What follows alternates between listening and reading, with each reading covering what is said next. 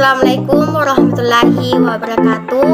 Pertama-tama kita panjatkan puji syukur atas kehadiran Allah Subhanahu wa Ta'ala yang telah memberikan kesempatan sehingga tugas video presentasi bisa diselesaikan dengan tepat waktu.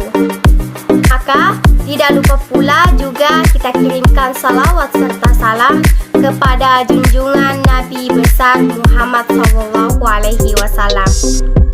Terlebih dahulu saya akan memperkenalkan diri. Nama Risnawati, NIM 21690101008, Prodi Teknologi Pendidikan, Fakultas Keguruan dan Ilmu Pendidikan dari Universitas Muhammadiyah Bone. Langsung saja, saya akan mempresentasikan materi tentang domain teknologi pendidikan. Materi pertama yaitu manajemen. Manajemen terbagi menjadi 3, yaitu 1. Manajemen. Manajemen merupakan konsep yang digunakan dalam definisi teknologi pendidikan. Konsep manajemen berhubungan dengan manajemen sekolah dan program audiovisual.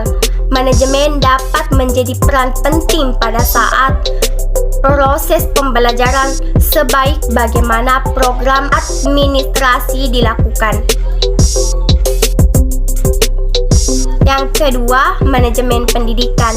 A. Sasaran pendidikan. B. Manajemen guru. C. Peningkatan pengawasan. Yang ketiga, manajer pendidikan. Masih banyak penyelenggaraan pendidikan atau yayasan yang sadar akan hal ini mengirimkan para manajer pendidik untuk belajar pendidikan.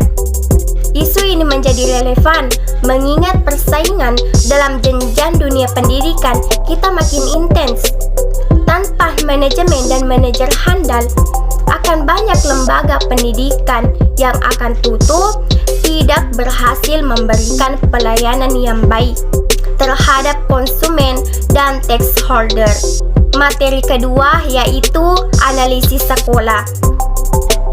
Yang pertama, secara umum, growth management practice masih eksklusif di sekolah-sekolah kita dan belum dapat dikatakan baik.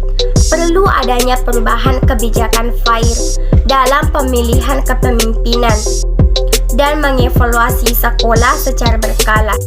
Namun tidak dapat dikatakan sangkal dan lembaga-lembaga pendidikan yang sudah menerapkan manajemen pendidikan dengan baik mempunyai tujuan yaitu memberikan pelayanan pada masyarakat melalui sekolah dengan optimal dan mengacu pada undang-undang.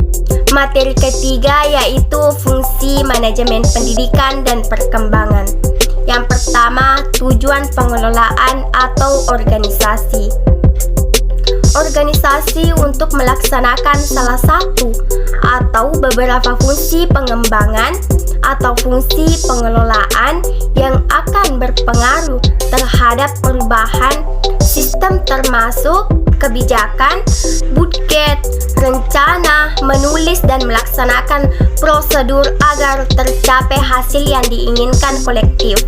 Yang kedua, tujuan pengelolaan atau personalia. Personalia berinteraksi dengan staf atau mengawasi orang yang melaksanakan kegiatan dalam fungsi manajemen. Interaksi antara pribadi, diskusi pengawasan, pengerjaan, dan perkembangan pribadi dengan mendiskusikan dan berbicara kepada orang lain untuk mencari kesinkronan antara pemimpin dan staf.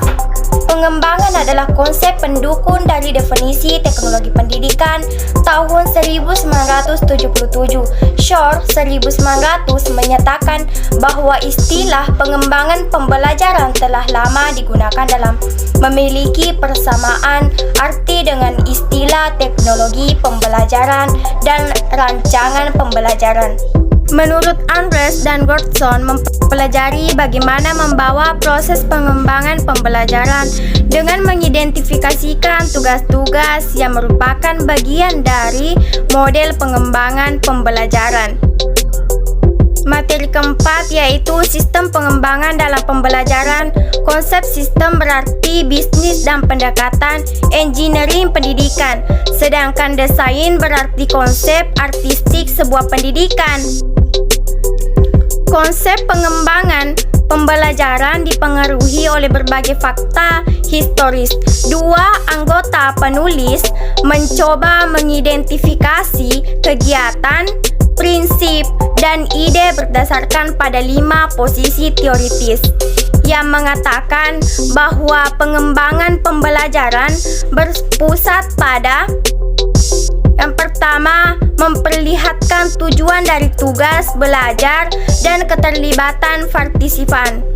Yang kedua, kemungkinan realitas tujuan mengalami hambatan yang berhubungan dengan keterbatasan sumber dan ketersediaan alat ukur yang efektif. Ketiga, memilih dan menyeleksi alternatif tujuan-tujuan yang telah diterapkan untuk merealisasikan tujuan belajar sehingga mampu memunculkan niat siswa, antusiasme, dan motivasi belajar siswa. Memaksimalkan efisien belajar siswa. Memaksimalkan efisien belajar dalam konteks pendekatan sumber-sumber yang tersedia. Keempat, membandingkan alternatif strategi dan teknik dalam pencapaian tujuan. Yang kelima, pencapaian proses keputusan ke dalam efektivitas program pembelajaran. Materi kelima yaitu model pengembangan pembelajaran. Gustav von 1981 menggambarkan 3 alasan mengapa pengembangan pembelajaran harus menggunakan model. Pertama, sebagai alat untuk membantu berkomunikasi antara guru dan siswa.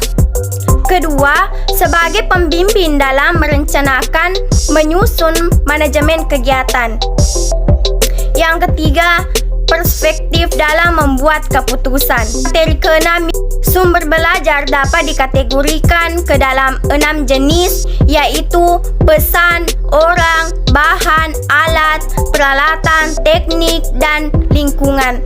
Pesan adalah segala informasi dalam bentuk ide, fakta, dan data yang disampaikan kepada anak didik. Orang adalah manusia yang berperan sebagai penyaji dan pengelola pesan, seperti guru, narasumber yang dilibatkan dalam kegiatan belajar. Bahan adalah perangkat lunak yang digunakan menyampaikan pesan. Teknik adalah prosedur yang dipakai untuk menyajikan pesan. Lingkungan adalah kondisi dan situasi di mana kegiatan pembelajaran itu terjadi. Fungsinya yaitu meningkatkan produktif pembelajaran, memberikan kemungkinan pembelajaran yang sifatnya lebih individu, memberikan dasar yang lebih ilmiah terhadap pembelajaran, lebih memantapkan pembelajaran, memungkinkan belajar secara seketika, memungkinkan penyajian pembelajaran yang lebih luas. Materi ketujuh yaitu kriteria berdasarkan tujuan.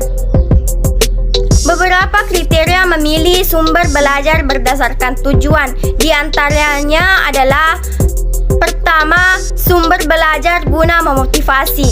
Artinya, pemanfaatan sumber belajar tersebut bertujuan membangkitkan minat, mendorong partisipasi, merangsang pertanyaan-pertanyaan, memperjelas masalah, dan sebagainya. Yang kedua, sumber belajar untuk pengajar, yaitu untuk mendukung kegiatan belajar mengajar. Yang ketiga, sumber belajar untuk penelitian, merupakan bentuk yang dapat diobservasi, dianalisis, dicatat secara teliti, dan sebagainya. Sumber belajar untuk memecahkan masalah, sumber belajar untuk presentasi. Di sini lebih ditekankan sebagai alat, metode, atau strategi penyampaian pesan. Itulah presentasi dari saya. Jika ada kesalahan dan kekurangan, mohon maaf. Bantu like, comment, and subscribe. Terima kasih. Wassalamualaikum warahmatullahi wabarakatuh.